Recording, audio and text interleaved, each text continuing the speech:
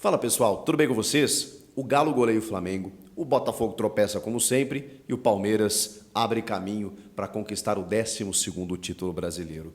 Tem a parte de baixo também, porque o Bahia e o Santos não se ajudam. São Paulo conquistou a primeira fora de casa. Muita coisa para a gente falar nessa rodada 36. Chega mais, eu sou o Chico Garcia, inscreva-se no canal e vamos juntos!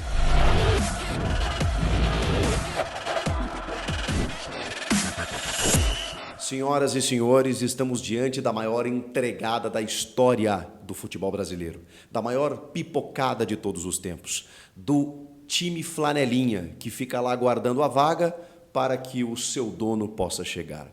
Essa é a sensação que estamos tendo ao ver o Botafogo esfarelar, derreter, simplesmente evaporar na liderança do Campeonato Brasileiro e o Palmeiras abocanhar mais um título brasileiro. É o que estamos acontecendo.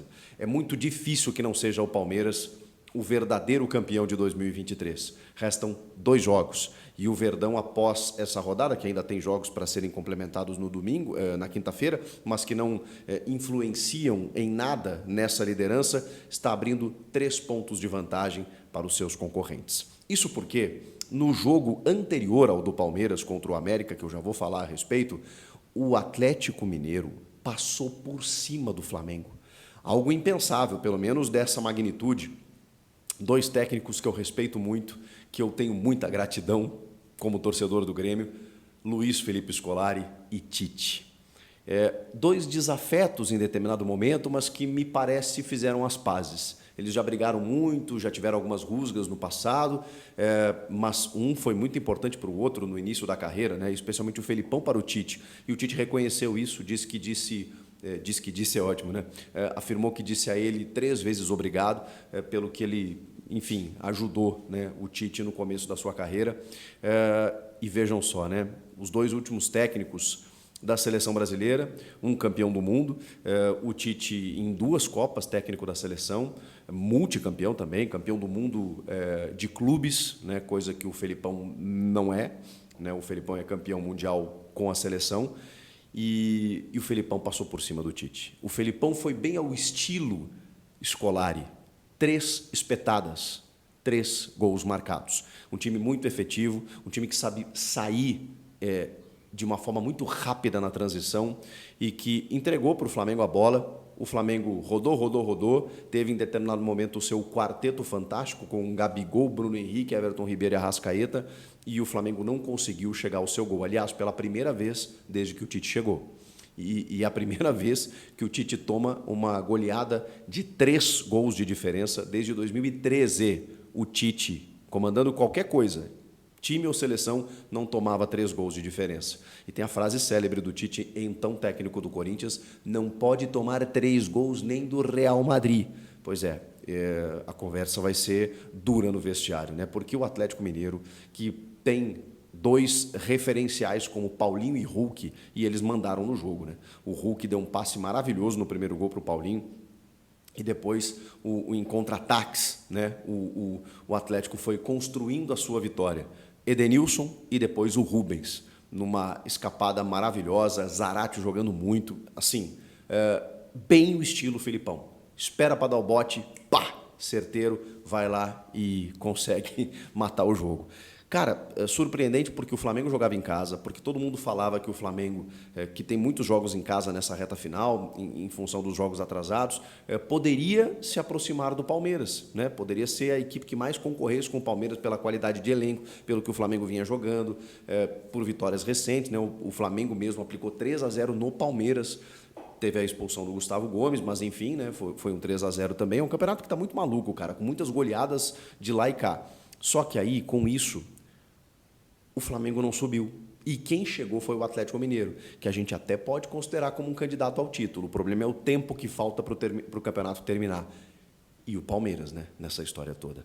Com isso, o Atlético chega a 63, o Verdão dispara para 66 e tem outro time com 63, que era só vencer o seu jogo, que continuava na briga.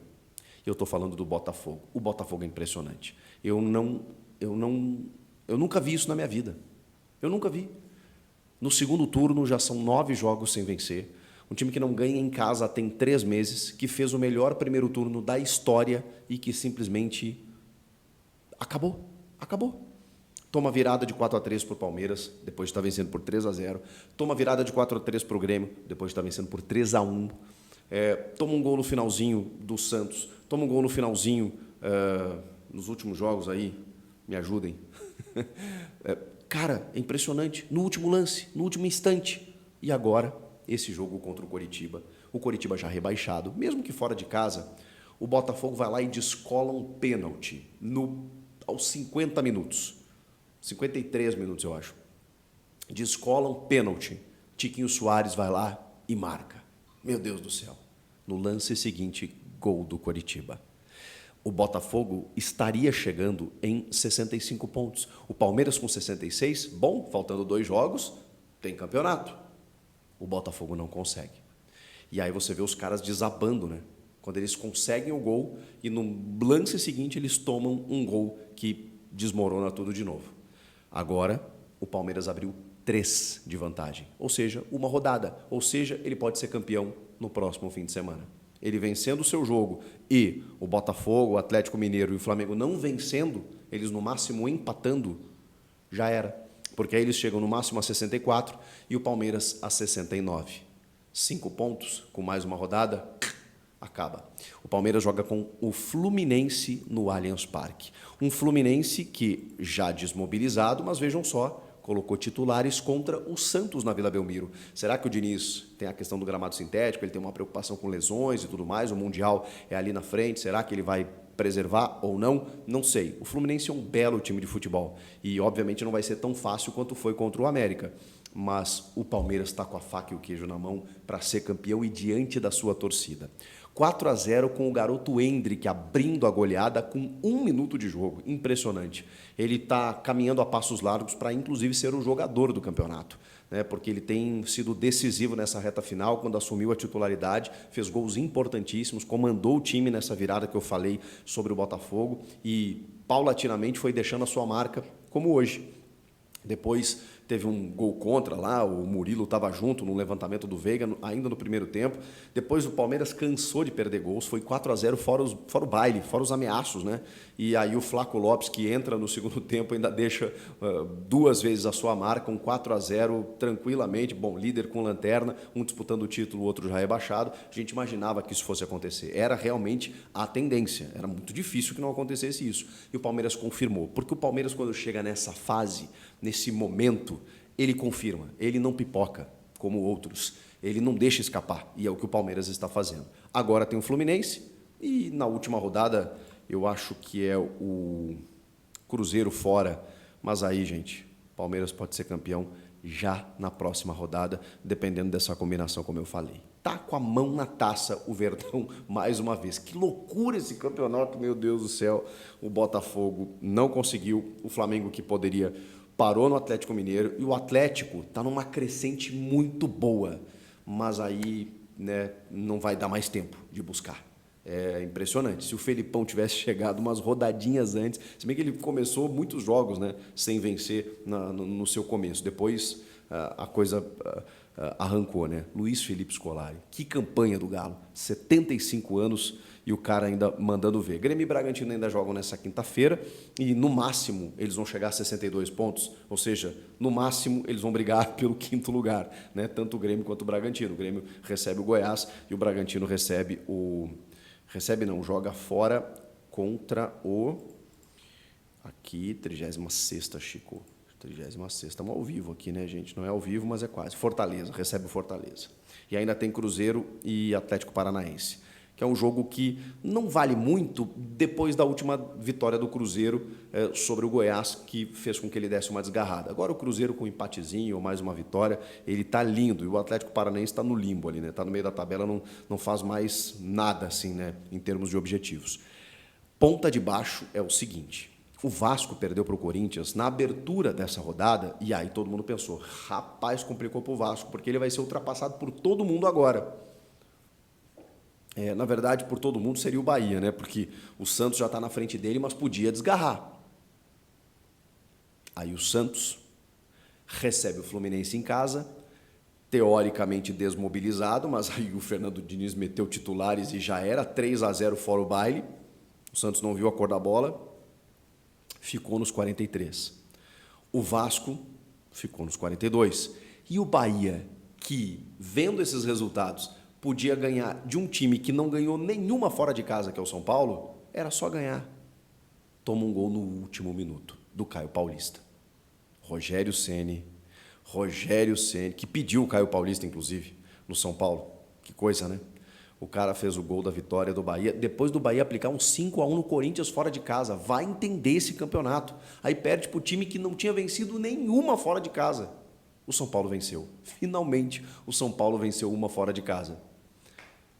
E com isso o Bahia ficou na zona do rebaixamento. 17º, 41 pontos. Bahia, Vasco ou Santos? Um desses três vai, gente. Porque o Cruzeiro está quase escapando. O Fortaleza está quase escapando. O Corinthians, o Inter. O Inter ganhou do Cuiabá, 2-0. Gols do Valência e do Pedro Henrique. O Inter agora, se faltava um pontinho, estava com 46, chegou aos 49, já era. Vai para a Sul-Americana, inclusive. E foram os jogos dessa rodada. Com isso, acabei citando todos aqui. Quem será o último rebaixado? E agora, será que eu pergunto quem vai ser o campeão? Acho que está muito claro quem vai ser o campeão, né?